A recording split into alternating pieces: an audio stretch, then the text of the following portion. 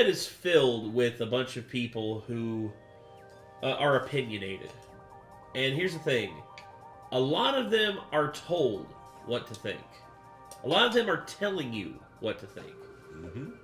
There's someone out there who isn't telling you what to think. Instead, he is merely telling you how he feels. He is someone who I have always seen as a based individual. Yeah, like based in his beliefs. And here's the thing. He doesn't, pick sides. If he sees bullshit, he calls it out. Whether it's on the left or the right or the extremes. He doesn't care. And honestly, that's good. It's good to have nuance and to call out. Because here's the thing. I have my beliefs, but if I see something on one side of the aisle and I'm just like, that's kind of bad, dude. That's kind of cringe. Why would you... Mm-hmm. Like, for instance, there's some people on the left who are championing this new law that just got passed in Germany where pedophilia is now a misdemeanor. F that. I know, right? F that and any maps out there. I know, right? I have feelings, I have words, I have plenty of things I want to say, but YouTube will not allow me because Yeah. I'm sorry, but anyone who isn't down for murdering pedophiles, true pedophiles.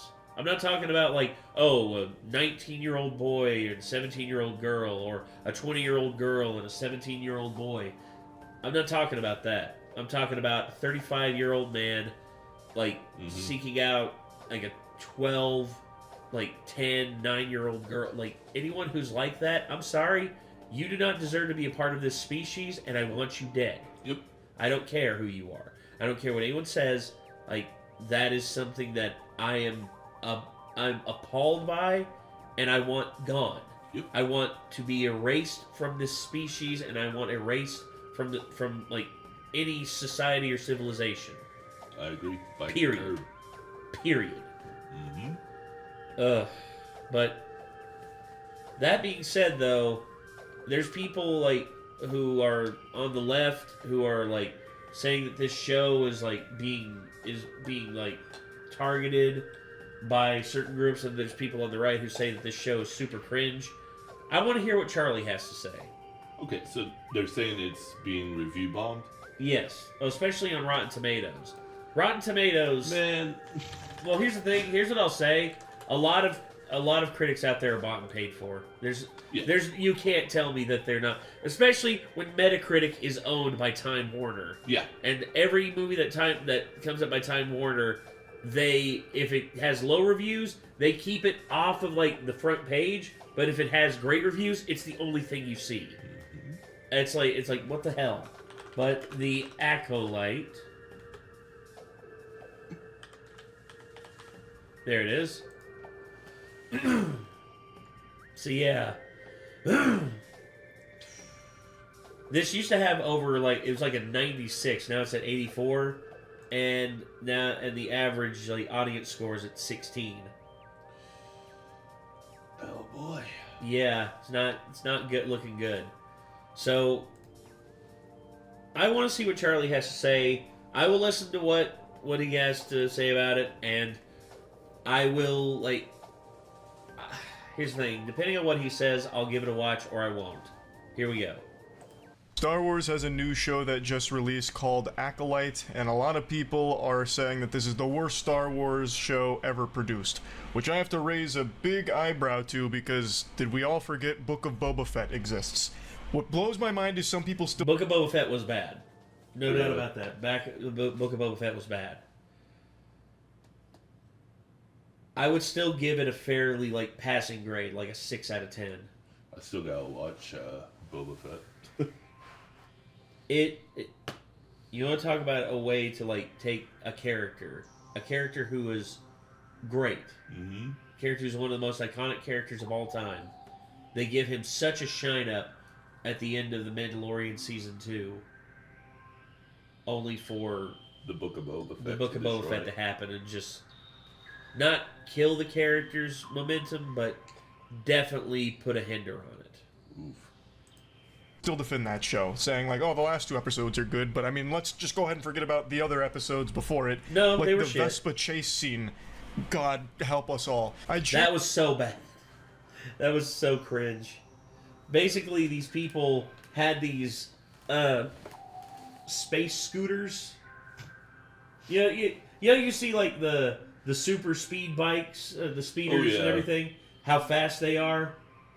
Imagine them going at a leisurely pace and having a chase scene on those leisurely pace scooters. Was it like the ones in what was it, Return of the Jedi, where the stormtroopers are facing off against the Ewoks?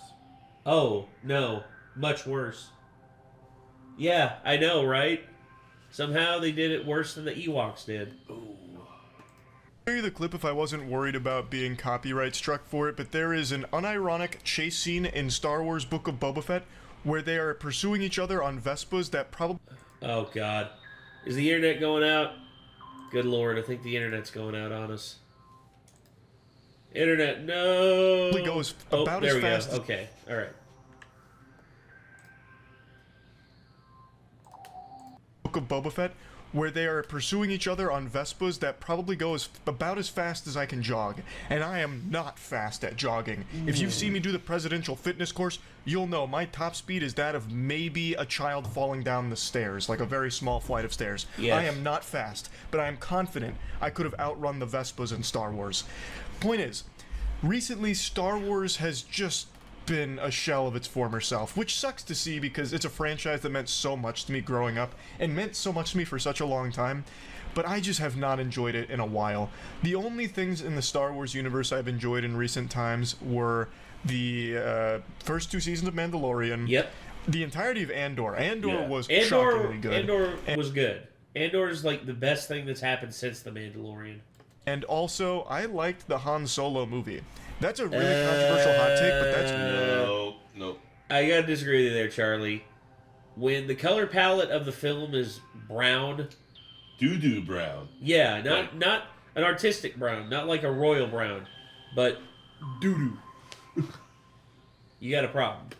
It's just a genuinely turn-your-brain-off fun sci-fi film if you forget that it's supposed to tie into Star Wars in any way. I really want to see the version that Phil Lord and Chris Miller had for that movie, because they got fired as directors after they presented a cut of the film to the board at Disney, and apparently Kathleen Kennedy was the one who kicked up a big stink and said, no, we want the film to be like this. We need you to reshoot it. And they were like, well, we've already got another project lined up. We didn't expect you to hate it that much. We can't reshoot the entire film. Thing. And they're like, okay, well, you're fired. It's like, all right, let's call up Ron Howard and have him try and fix this mess. I want to see Phil Lord and Chris Miller's version. Yeah. Let me see that version of Solo. Please. Yeah. It's self-aware cheesiness, and I just had a good time watching it. And I can't say that about pretty much anything else Star Wars has done for the last decade. And for the most part, I stopped tuning in. I swore off the franchise because I just haven't been enjoying it, so what's the point in just banging my head against this wall in boredom? But with the headline of Acolyte being the worst Star Wars thing ever made, I had to check it out.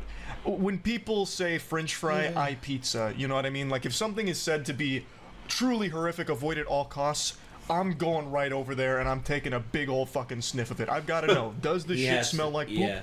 Time to find out. I'd like to form my own opinions on it. So, I watched the first 3 episodes of Acolyte, which are the only 3 episodes that are out, and I want to vomit my thoughts into your mouth like a baby bird being fed by its mother here. We're going to go over the good and the bad, and there's not much good. Let's start with the good, actually, because that'll be nice and quick. I actually really like the action. The action in this is mainly hand-to-hand combat, and they do a pretty good job with it. Also, just a heads up, my house isn't haunted. That's not a poltergeist event. I was wondering about that. That claw machine is almost ready, so right now it seems the engineers are tinkering around with it remotely. So, I mean, it's pretty cute. Sorry, I wanted to see if they won.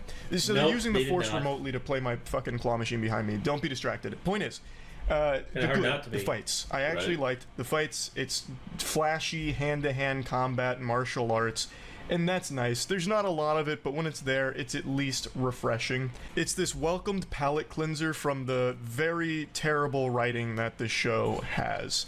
Like, I don't even think the characters are even bad per se. Like, they could have been pretty interesting, but the writing is so cringe. And I know I use that word real loosey-goosey. I mainly use it ironically, but here I really do mean it. It sounds like they're trying to be deep, but don't know how.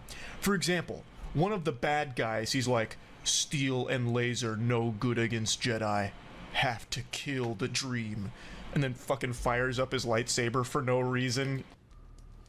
Okay. Not only that, steel and laser no good against Jedi, and proceeds is like they're like you cannot kill a Jedi with a weapon. Proceeds to turn on lightsaber. Not only that, earlier in the episode, she kills a Jedi with a knife. So. Oh boy! So they're contradicting their own thing then. Yes, they are. Okay, so real quick, I know you've written scripts, you've done different skits and everything. How hard is it to follow plot? Oh, if you keep the main plot in mind, very. And not only that, well, here's the thing. There are people who are asking questions about the ending of our SCP film that we did, which, by the way, if you want to watch, hit, click. But if you want to, but there are people who have questions about it, and they're like, well, what does this mean? It's like, does this mean that this happened? There's actually, if you read, here's the thing. I don't want to be one that just spoon feeds exposition to somebody. Yeah. Instead, the pieces are there for you to figure out if you want to, or if you're not willing to like read the original like SCP and figure out what it means, then you can basically like have it in your mind to where it's like left up to interpretation. Yeah, that's the thing too. Is like when I wrote the ending of it, I said to myself, I guarantee you there's going to be people who think this, but that's not the case. But I don't want to just like slap them in the face with what exposition. Instead, I just want to put it out there that I just want to put out there what I want, and if people dig it, then cool. But once again, I don't know. The whole deal with like maintaining continuity and everything, it can be tough across multiple things, but at the same time, this is why if you are the lead writer, you have, and you're using a writing table. By writing table, I mean like a table of writers. Yeah. Like everyone has their like they're given their plot line, and they're told like what to write and everything, and they write it out, and then the head writer comes along. It's like, okay, this needs to be fixed. This needs to be fixed.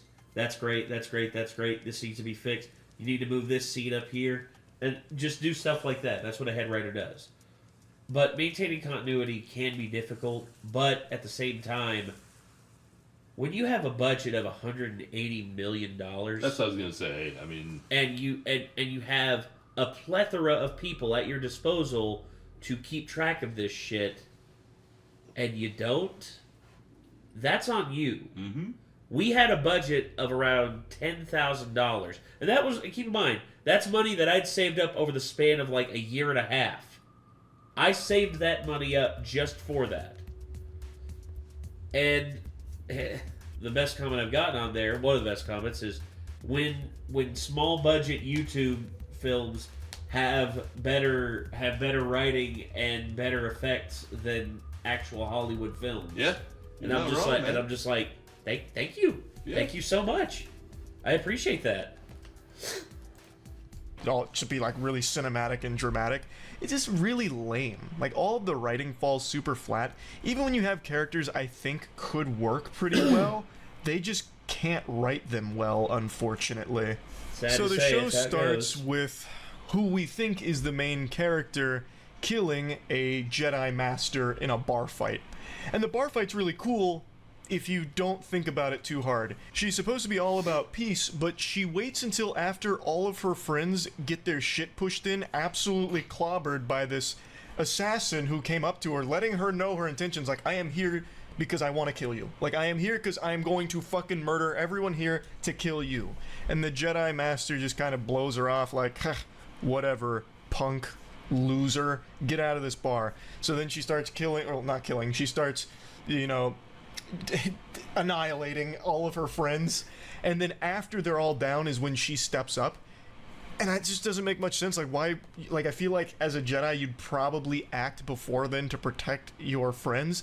And then she eventually dies to the assassin because the assassin throws a knife at the bartender, and the Jedi Master force stops it, and then she takes a knife in the heart while she was distracted for stopping it. So she acted to protect the bartender far more than she acted to protect any of the friends she was with, and it led to her death. She died to... Yeah, that's another thing, too. It's like, you can't really, like, make a character... Like, you want it to seem poignant and, like, give an excuse as to why she dies, which, by the way, the Jedi in question is played by Carrie-Anne Moss, a.k.a. Trinity, from the Matrix movies. Ooh, okay. And she dies in the first episode. Woo! Yeah. If I had a drink, I'd take a sip, too. So... Wow. I know. And my whole deal with it is just like it. You want to make a reason why her character then make it one of her friends that gets the knife thrown at them. Not that makes more. Like for instance, you could have like one of them like getting back up and staggering up to their feet, and then as soon as they turn around, there's a knife just right there at their face, and the Jedi has stopped it, and the Jedi stops it, then all of a sudden. Which, honestly, I would say you'd have to, like... I would say just the one knife wouldn't do it. Well, that's what I was going to say. Because it's a knife that's, like, this long in terms of the blade. So, I mean, as a Jedi, I'm not extremely well-versed in it, but it's like, you'd think they would be able to know enough of their senses and surroundings to be able to stop, like, multiple projectiles. You think that. Apparently not.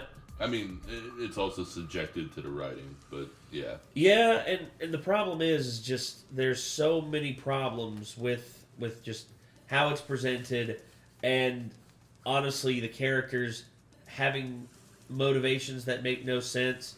And here's the thing: instead of it being something that is trying to tell a story, it is instead trying to push an agenda. And it's forsaking everything just to push that agenda. Yeah. That's when I have a problem.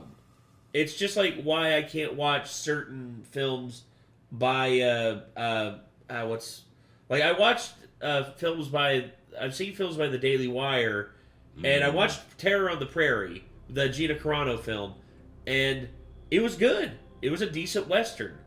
But you could definitely tell they were pushing an agenda. That not only that, but also... the other films that they put out definitely have an agenda behind them. Yeah, I've seen, like... It definitely doesn't bode well for, like... It's just, like... Focus on the film first, then then, like, you know... Then, if you want to have agendas sprinkled in there, at least have it intelligently. Hell, Hideo Kojima did this for, like, 20-plus years in video games, and you can't think to, like... be a little more smart about it. Like, make the product fun and playable, or fun and, like, enjoyable to watch, and then be like, okay, I have some things I want to say. Nope. Let me just, like, put them here. Nope, can't do that. Instead, everything has to be focused on the agenda from the jump. Mm-hmm. No other time. Basically, a small fucking kitchen knife blade. Of course, it's very sharp. It's a real weapon, but I mean, it's a Jedi Master. You don't typically expect them to die to something like that. That was pretty underwhelming. But the fight itself was flashy and cool, but when you really start to break apart like why it was happening and the way in which the Jedi died here, kind of silly.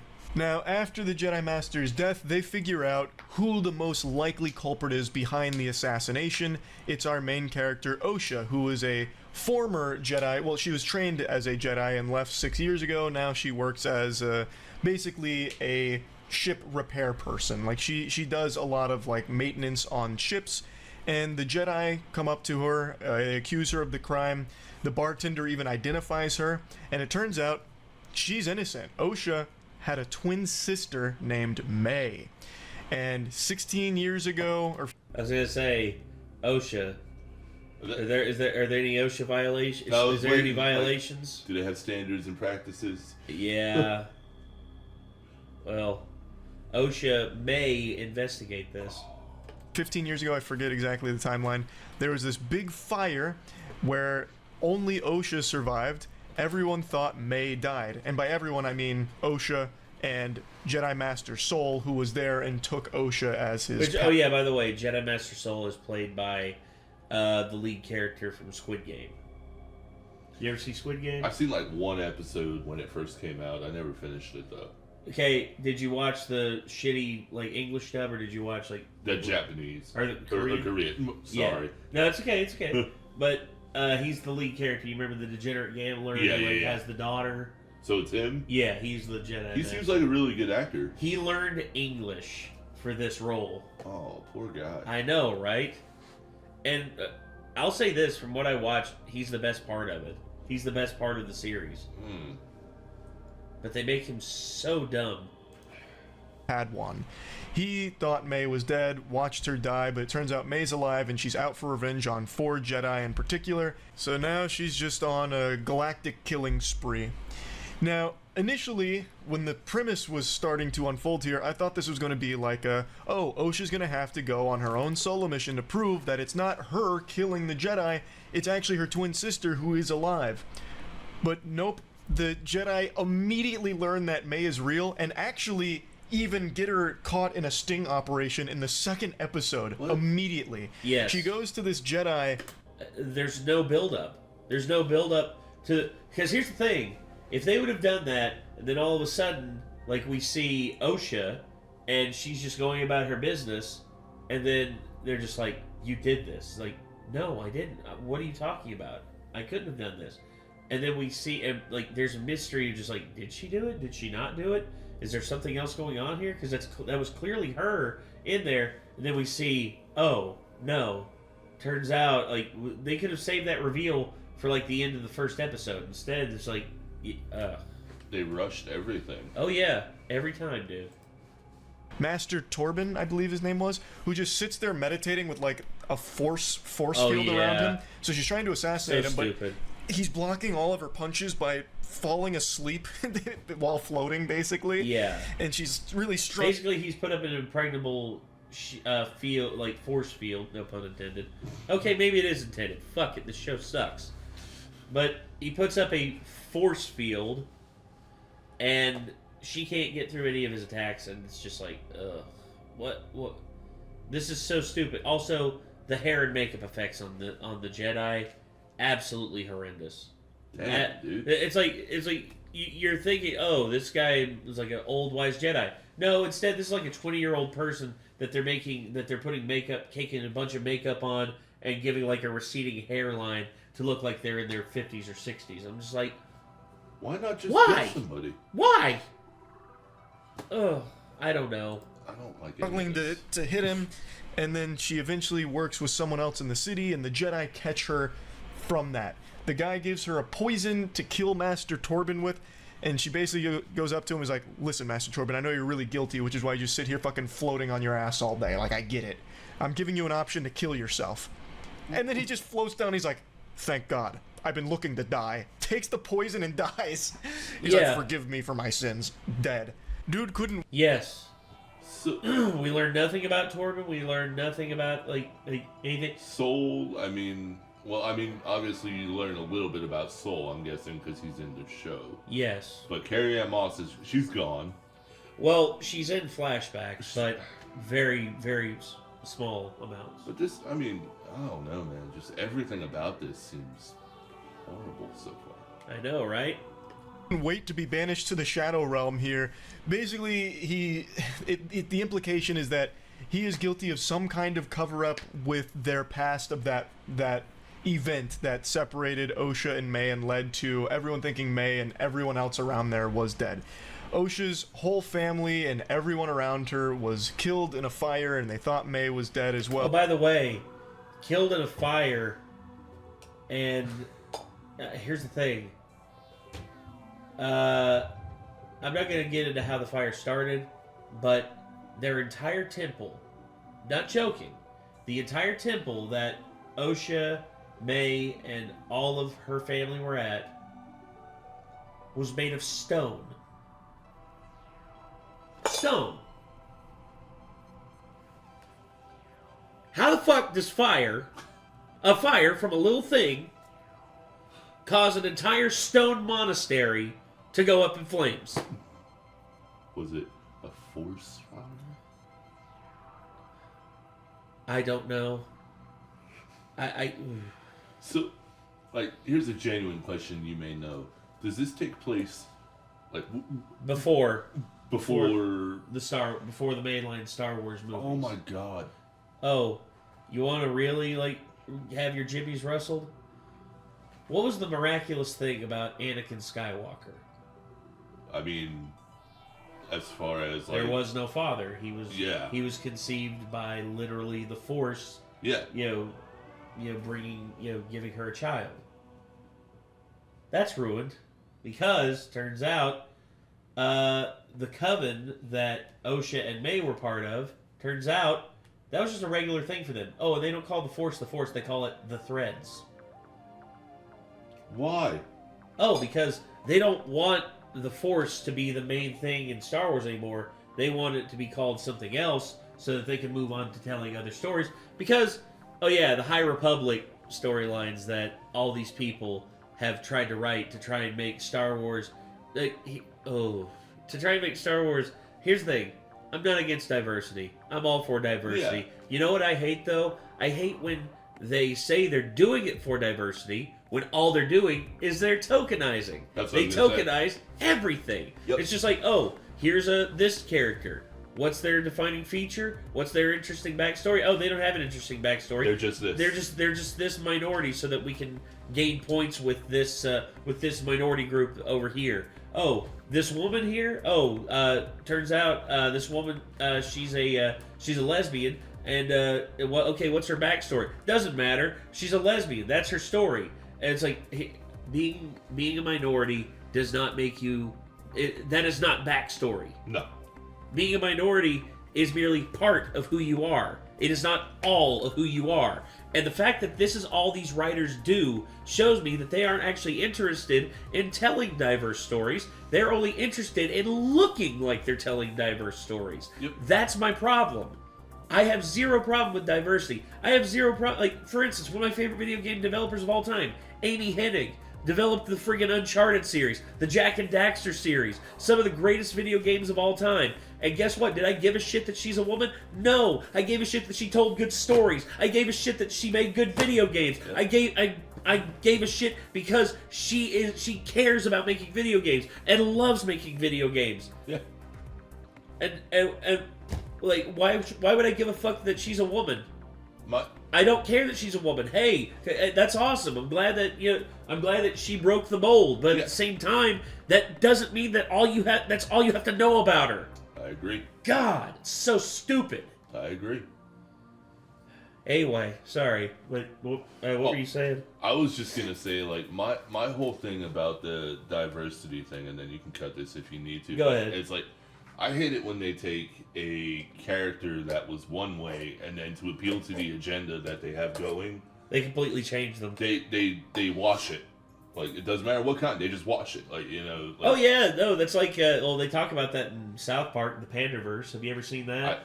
No. Watch it, dude. Oh my god. You want to talk about that talking point?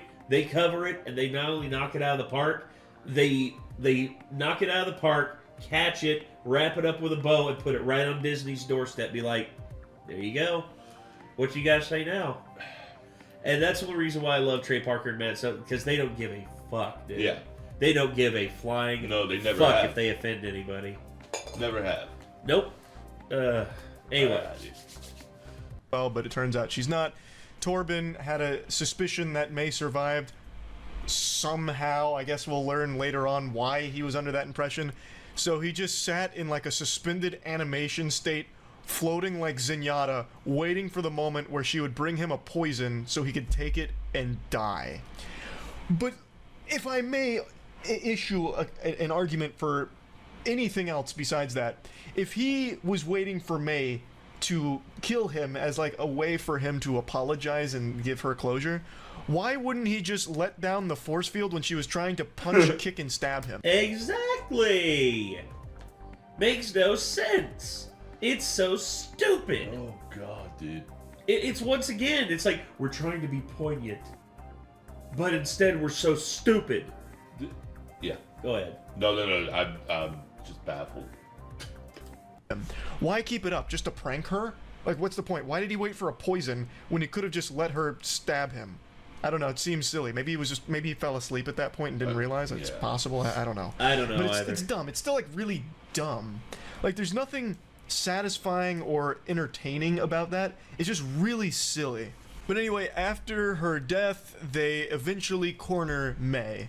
They catch her. They're about to bring her in, and it leads to a pretty good fight yet again between May and Master Soul. Like, I do like the combat. Like, they do a good job with that. Honestly, that should have been, like, the whole focus of this series, because it's the only thing they're doing right here. Also, I forgot to mention this. Sad to say. Coruscant plays somewhat of a big role as a location here, what? kind of. And they show you Coruscant, and I was so disappointed. It's crazy how fucking over 20 years after the prequels have come out, the prequels had a better, like, visualization of Coruscant than this show. This show... See, say what you will about George Lucas. Say what you will about how shit he is about, about like character, personal character moments. Yes, horrible, absolutely awful. And thank God he had Lawrence Kasdan to help him like iron that shit out early on. But here's my problem. Everyone talks shit about him like that. You can't tell me that man does not know how to build worlds. Dude. You cannot tell me that when you go to Mustafar, you don't feel the lava. You can't tell me that when you go to Tatooine, you cannot feel the heat and the dryness. You can't tell me when you go to Coruscant, you can't feel the bustling, like just capitalistic monster that is Coruscant. You can't tell me you going to Kamino, you can't feel the rain on your face from the gigantic monsoon that is consuming the planet. You can't tell me you don't feel that stuff whenever you watch those films. But in this, with a budget more than twice, actually more than 3 times the amount of the prequel films, this is what we get. Show has over $100 million of budget to play with, and somehow they just 180. cannot make Coruscant look nearly as good as it did 20 years ago. That's so disappointing. It's my favorite location in all of Star Wars lore, and when I saw it here, it actually looked like they just kept copy and pasting the same building in the background when they did their wide shot, and put no actual care into showcasing how grand this place is. It's just... That just really kind of speaks to the quality at which they're satisfied with pumping out the Star Wars shows now. Like, it's so... I have to imagine the VFX artists weren't super proud of it. It just seems like it's pumped out just to get it out immediately for more Star Wars slop. It just feels like they don't put a ton of care into the property. It's just a matter of putting as much property out as possible. Like, I wouldn't be surprised if, honestly, I'd be happier if we got a Darth Insanius solo show, or a Darth Yucky show, or even, fuck it, Glup Shitto. Give me the Glup Shitto Grand Adventure. Like, I don't care, but just anything where they'll put any effort into it, because they have the ability to do cool shit in Star Wars. They showed it with Andor. They showed it with the first 2 seasons of The Mandalorian, but they just got too much dip on their chip, I think, and now they're just totally complacent, pumping things like this out. And the only way people are going to, the only way they're going to listen is if people stop watching. But they won't. Well, here's my thing. I'm not giving them, here's the thing. I will watch clips on YouTube. I am not giving Disney any more of my money. No. I'm not giving Disney my money or my viewership for this piece of shit. Well, I knew once, Disney got a hold of the rights, I was like, well, they're gonna bastardize every single thing for it as an IP. And look what they've done. I didn't expect it to be this bad. I mean, I expected them to like pull some corporate Disney shit and maybe like, overdo it and overexpose Star Wars a bit, much like how they did the Marvel films. Yeah, the Marvel films. Marvel just needs to take a 5-year break. Yep. Let people miss it.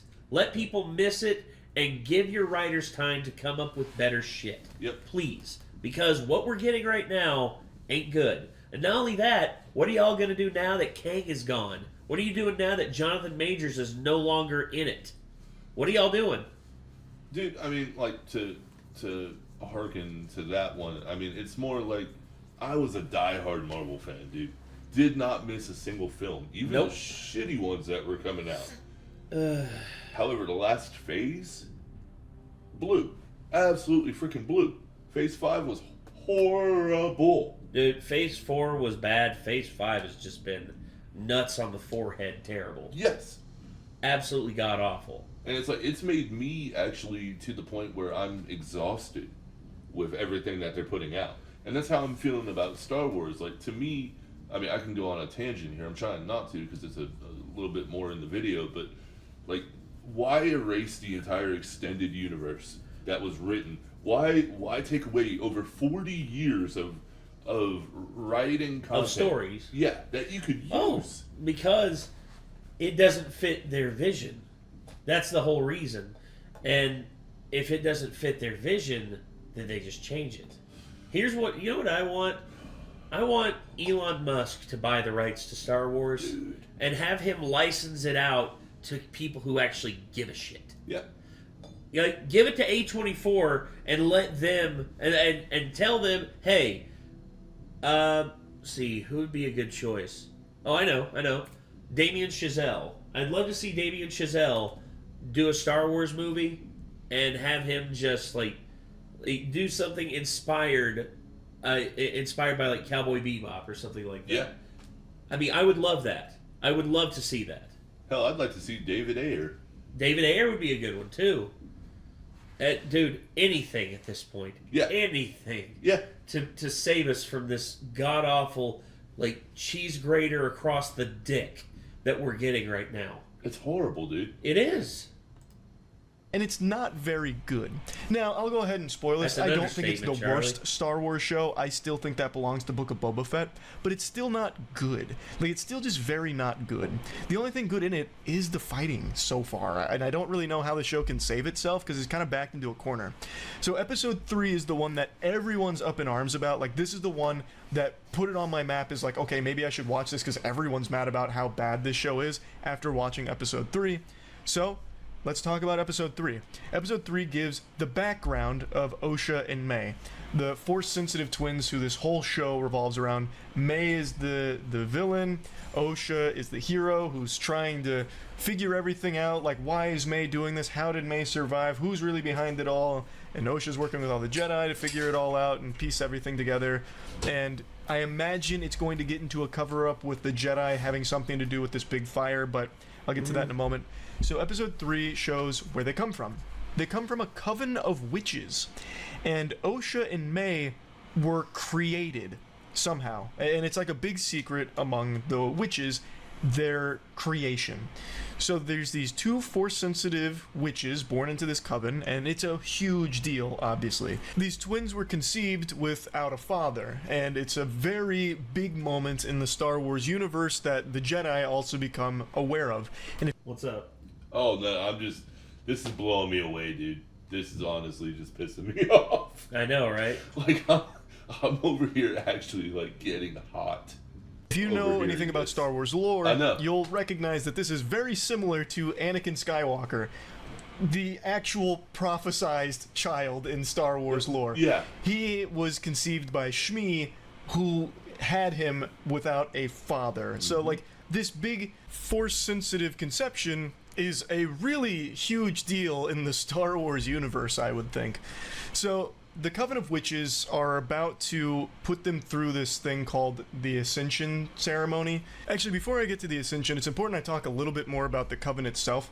So the Coven kind of have a different idea of what the Force is. They speak about the Force as a thread, and they try and drop like some profound lines about it, saying that this isn't about good and bad, it's about who is allowed to use it, referring to the Force and like the Jedi being there about it. And then they also say that the Force isn't a weapon, but then when she said... They then proceed to use the Force as a weapon. The Force is not a weapon. Now, don't mind me, I'm just going to use it as a weapon. I mean... Practice what you preach, you stupid bitch.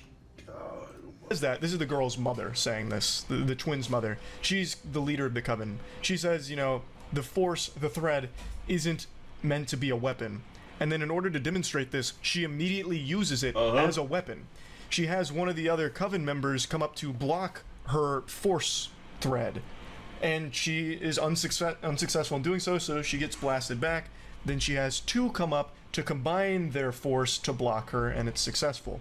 But you're still using it as a weapon, even though you just said that you weren't going to. And then a few scenes later, one of the other scenes, they directly use the Force as a weapon, taking control of Master Torben while he was young in this scene. Yeah. Like, threatening him with it. They literally, like, take over his mind. Like, actually fucking brainwash him. His eyes, like, roll into the back of his skull and go pitch black.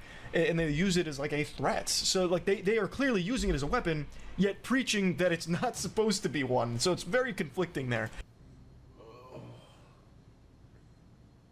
It's like a cat. It's like Father Gagan being like, Jesus loves the little children.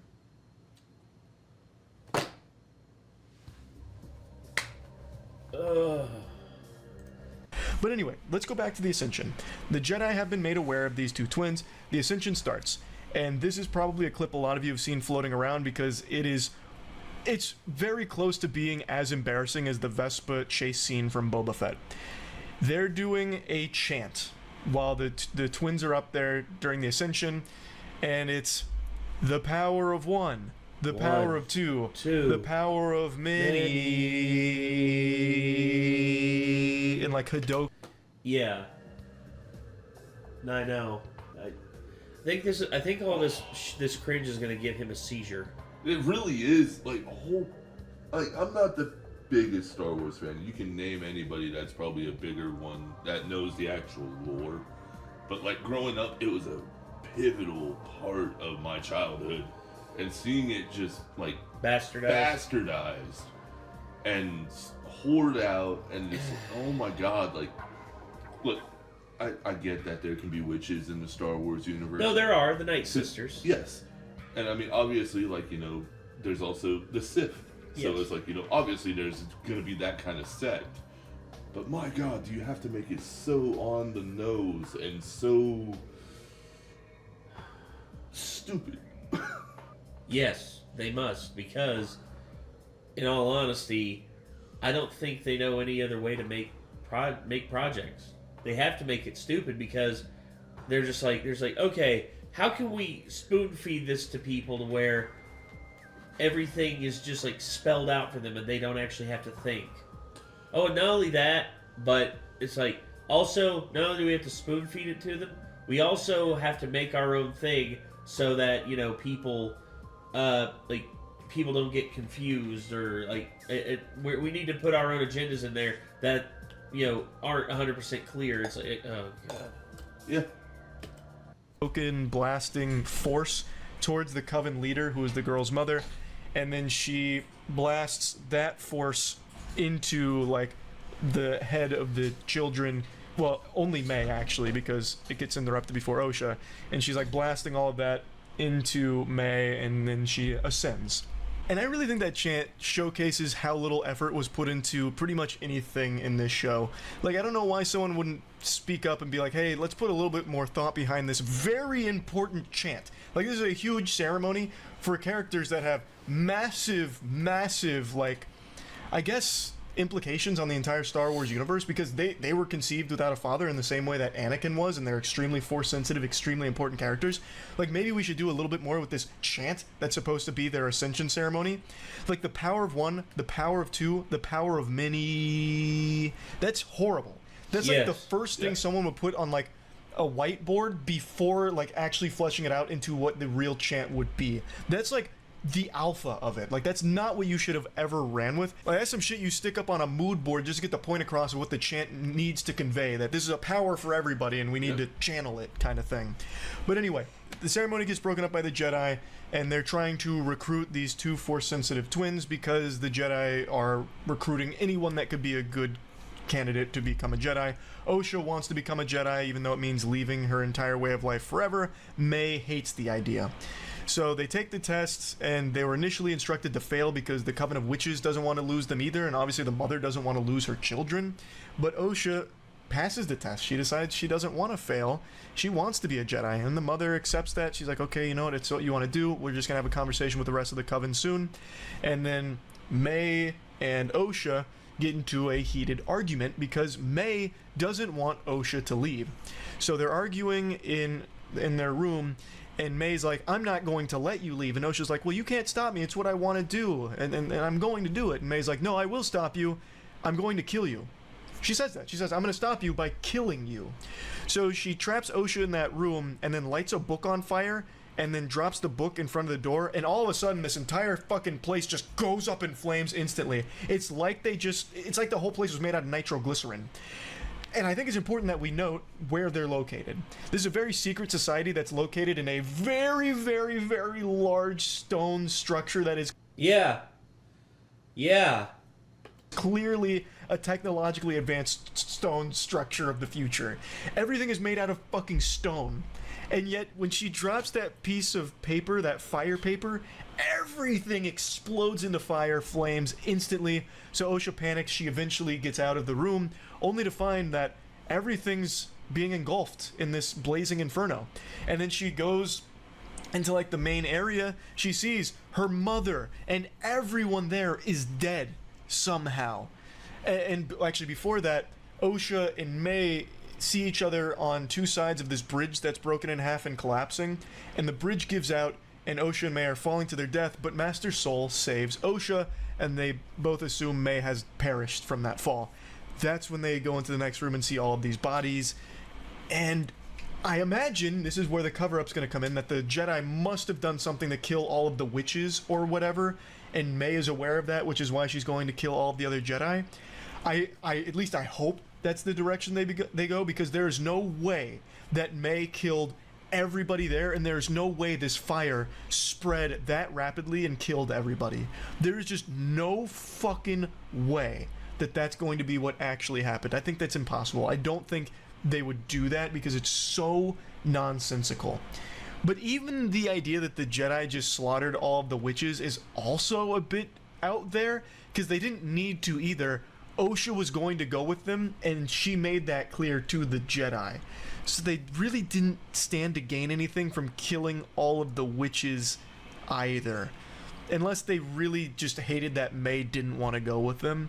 But even then, I still feel like that's not a measure the Jedi would take, per se. But the show really does want to make you see the Jedi as being evil, so maybe they would go that far. I guess we'll have to wait and see. But even setting aside the mystery of that, I still think from like the actual core concept of this betrayal from May and this, Breaking Bad going to the dark side is really, really dumb. I'm not letting you leave, Osha, so I'm going to kill you and basically burn this whole place down. That way you can't leave. Gotcha. Like, they did try and set up May as being psychotic in an earlier scene, but not to this degree. They also showcased how much she loves her sister, and I still feel like under no circumstances would you just snap and be like, okay, well, the only way to stop her from leaving is to murder her. That'll be satisfying. Like, then I'll be happy. That'll fix things. Like, that doesn't make any sense. Like, maybe there's more to it that we'll learn down the line, but that was pretty clear. There wasn't a whole lot of, like, mystery there. She instantly goes from, I'm not letting you leave, I'm gonna kill you, to setting that place on fire. Like, she says that point blank. So I don't think there's a lot of wiggle room for something deeper there. That's still just really stupid. Yeah. But anyway, we're 3 episodes deep into the show. It's not good. Like, it's definitely not good. But I still don't think it's the worst from Star Wars. Because at least the action scenes in here are enjoyable. I can't say the same for Book of Boba Fett. So Book of Boba Fett's still taking that big L as the worst Star Wars show, in my opinion. But there's still plenty of episodes left of Acolyte to go. I guess it could get worse. But anyway, I wanted to talk about it because it's being talked about a lot as one of the worst Star Wars shows, and I just had to question it and see for myself if that's true. I disagree to a certain extent. It's not the worst, but it's definitely not good. That's really about it. So yeah. Oh. Well, I don't think I have anything else to say about this show other than the fact that I'm just like... Bleh. Yep. Only thing I can add to it is that it sounds like you fed the script to a bunch of chatbots. Yeah. And then this is the regurgitated crap that came up with. Yeah. It's god-awful. It's terrible. It's horrible. I have no words other than just... Anyway. I got nothing else to say. I got nothing else to add to this. Charlie, thank you very much for volunteering to speak about this, because I know there's a lot of people out there who are afraid to speak about it because, obtaining the wrath of the hardcore Disney heads, which there aren't very many left, thank God. But that's gonna do it, everybody. Thank you all very much for tuning in. Till next time, I'm Nate. I'm JT. Y'all be good people. Take care. Peace.